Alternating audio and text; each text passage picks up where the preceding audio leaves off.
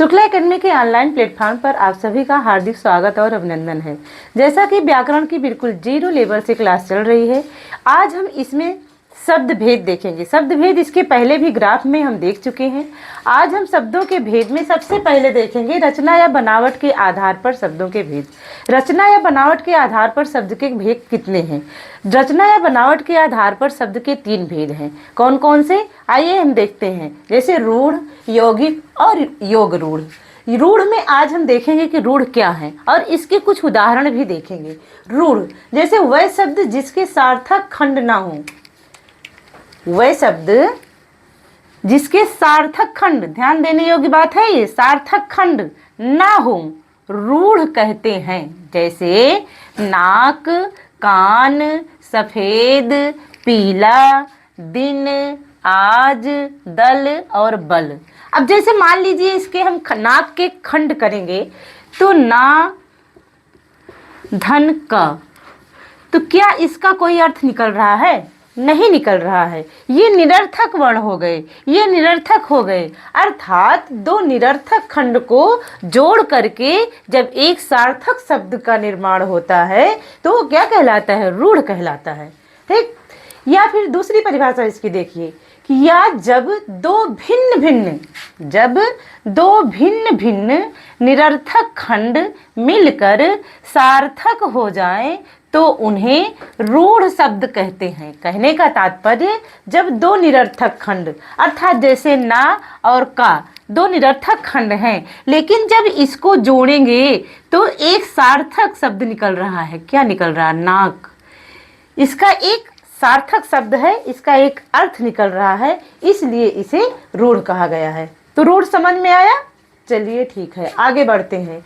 यौगिक क्या है? यौगिक ऐसे शब्द हैं जो 2 शब्दों के मेल से और जिनका सार्थक विभाजन होता है। कहने का तात्पर्य, रूढ़ का निरर्थक विभाजन हुआ, लेकिन जब हम यौगिक पढ़ेंगे और उन शब्दों को देखेंगे तो उनका सार्थक विभाजन होता है। उनको जब हम तोड़ेंगे, उनका खंड करेंगे तो क्या हो जाएगा? सार्थक हो जाएगा। अर्थात 2 ऐसे शब्द जो दोनों सार्थक हों, दोनों का अर्थ निकल रहा हो, ऐसे शब्द को क्या कहेंगे? हम यौगिक कहेंगे। जैसे देखिए रमेश, चंद्रोदय।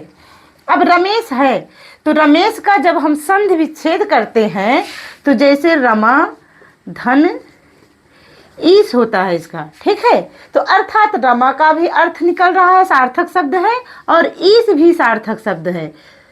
ठीक, तो 2 सार्थक खंडों को जब हम जोड़ते हैं तो क्या हो जाएगा? यौगिक हो जाएगा। और उनको तोड़ते हैं तब भी यौगिक होगा। कहने का मतलब, जब वे जुड़ेंगे तब भी वही अर्थ देंगे और जब वो तोड़े जाएंगे शब्द तब भी वही अर्थ देंगे।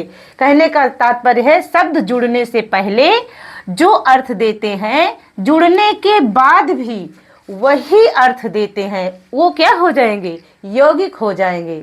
आइए उदाहरण में थोड़ा सा, ये जितने उदाहरण हैं ये पेपर में पूछे गए उदाहरण हैं। जैसे परोपकार, रसोई घर, विद्यालय, वाचनालय, आग बबूला, घुड़सवार, निरोग, बीमार, विकरालता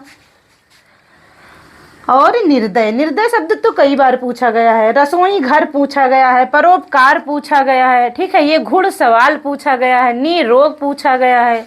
UP TET, super TET, C TET और यूपी टीजीटी, पीजीटी में भी ये शब्द पूछे गए हैं यौगिक में। ठीक है, आइए यौगिक का एक विशेष जानते हैं कि इसे और कैसे समझ सकते हैं हम, या एक ट्रिक ही इसे समझ लीजिए। ठीक है, जैसे यौगिक शब्द 2 या 2 से अधिक शब्दों से मिलकर बने होते हैं तथा इन शब्दों में, ध्यान देने योग्य बात है, उपसर्ग एवं प्रत्यय। ज़्यादातर आप जब देखेंगे तो इन शब्दों में आपको उपसर्ग और प्रत्यय भी मिलेंगी। जैसे परोपकार हमने कहा तो पर क्या है?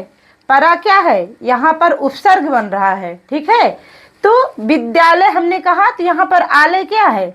वो प्रत्यय बन रहा है। इसी प्रकार से जगह जगह शब्दों में आप कहीं कहीं देखेंगे तो ज़्यादातर शब्द, हमने क्या कहा, ज़्यादातर शब्दों में आप देखेंगे कि प्रत्यय और उपसर्ग होते हैं। तो उन्हें क्या कहेंगे उन्हें हम यौगिक कहेंगे। ठीक, आइए अब योग रूढ़ समझते हैं। योग रूढ़ क्या है? ऐसे शब्द, कैसे शब्द जो यौगिक तो होते हैं पर अर्थ की दृष्टि से वह रूढ़ हो जाते हैं, अर्थात इनका सार्थक विभाजन नहीं होता। जैसे पंकज, नीरज, दशानन, नीरज, दशशीष। ठीक है, नीरज 2 बार हो गया है यहाँ पर, तो इसकी जरूरत नहीं है। दशशीष।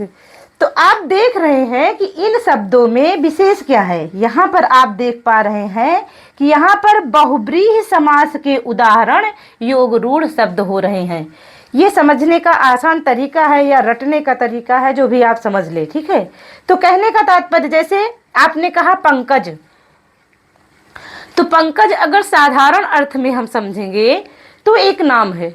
क्या नाम है, लेकिन यदि इसका विशेष अर्थ हम समझेंगे तो पंकज का अर्थ हो जाएगा कमल। इसी प्रकार से नीरज है, दशानन देख लीजिए, दशशीष देख लीजिए, जिसके 10 शीश हो वैसे साधारण अर्थ है, लेकिन 10 शीश कौन था? रावण था। ठीक है, तो यहाँ पर बहुब्रीहि के उदाहरण दिए गए हैं, तो इसलिए ये योग रूढ़ होगा। हमारी समझ से आप सबको ये रूढ़, यौगिक और योग रूढ़ बहुत अच्छे से समझ में आ गए होंगे। आगे हम अगले वीडियो में आपको इसके कुछ उदाहरण देंगे और आप लोग जो है बताइएगा कि हाँ कौन से रूढ़ हैं, कौन से यौगिक हैं। धन्यवाद। आज